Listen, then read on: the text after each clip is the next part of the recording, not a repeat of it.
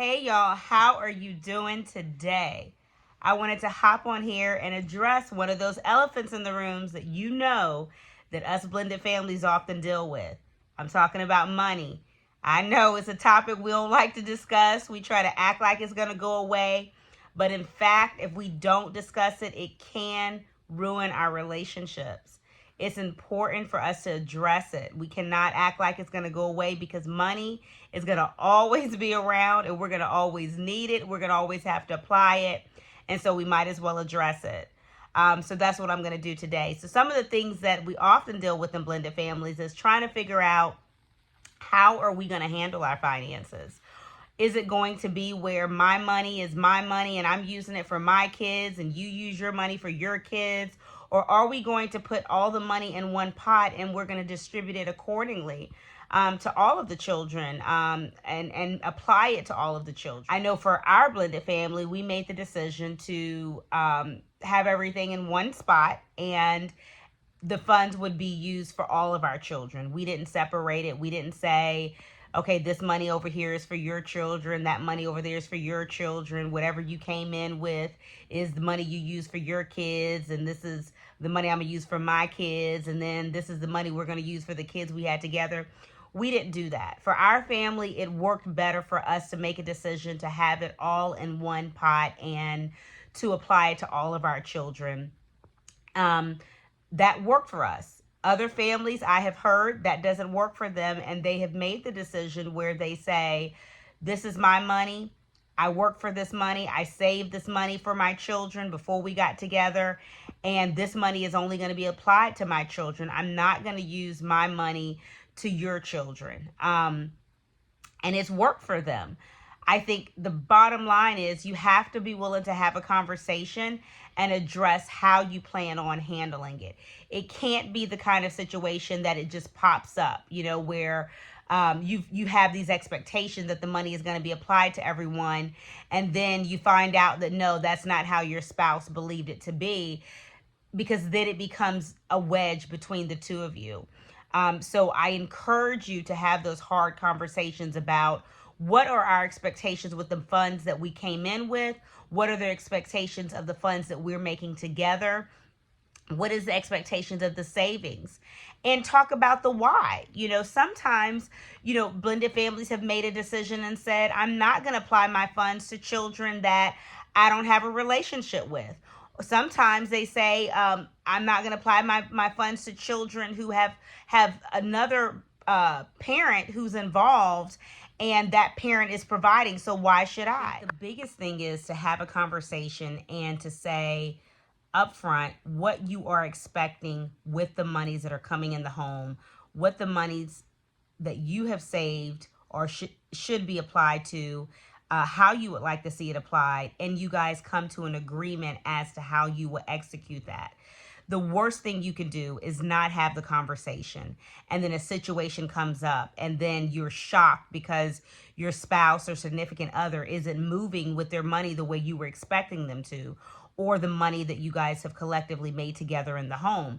Prime example, you have a child who you saved for to go to college. However, your bonus child graduates before your biological child does. And your spouse is expecting the money that you save to be applied to the child who's graduating first. And here you are thinking, no, that's not what I intended on doing. I intended on applying it to my child to whom I saved for prior to entering into the relationship. That could cause a serious situation between you and your significant other or spouse. So it's important to have that conversation up front, preferably before you enter into a marriage. Talk about that. And then if it's something that you guys kind of skipped over because you were in such bliss and you couldn't wait to spend the rest of your life together that you forgot to talk about money, once you do recognize that, okay, here we are, we're together now, we're living in one home. How are we going to navigate this so that we can ensure that it doesn't become a problem for us? And that it really is the biggest thing. And in blended families, as well as intact families, a lot of times the issues are when we don't talk about it, right? When we don't talk about it, when we aren't willing to bend, when we aren't willing to compromise, when we aren't willing to step outside of our expectations, our desires, to try to have a understanding for what the other person may be feeling. Even when it comes down to planning your future, right? Planning your legacy of what you want to leave for your children, your bonus children, your stepchildren, your biological children. Having a conversation as to how you're going to navigate that. And I will tell you, it can get ugly sometimes. Like, it can get really ugly if you are not open to understanding the other person's perspective, understanding their heart, and trying to move in a way that is in the best interest of your family overall, right?